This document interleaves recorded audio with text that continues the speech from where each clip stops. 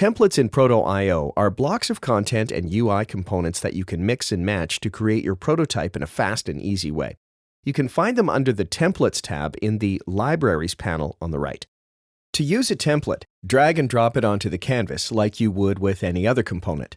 Alternatively, instead of creating a new screen first and then dragging a template into it, you can speed up your workflow by using the Create Screen from Template modal. Here, you can browse the available template kits.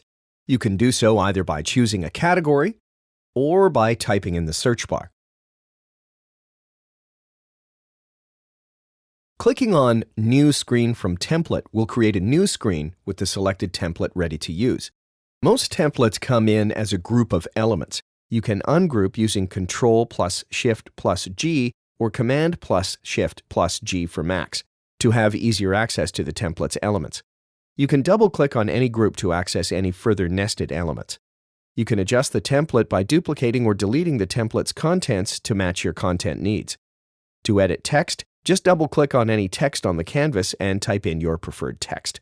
To change the colors, select individual elements to access their color properties.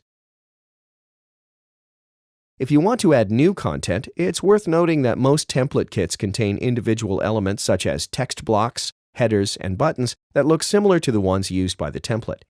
Use those instead of the default Proto.io components to effortlessly achieve a prototype that looks consistent. You can add interactions to the template by selecting any element or group and using the interaction wizard or the new interaction form, just like you would with any other element. Notice how templates use native Proto.io components, such as input fields and checkboxes. These will be interactive in the player right out of the box. It's worth mentioning that templates are designed with specific screen sizes in mind. If the template does not fit your screen, you may want to check the suggested device for each template kit and use that instead. If you prefer using your already selected device, adjusting the template to your dimensions should be easy to do.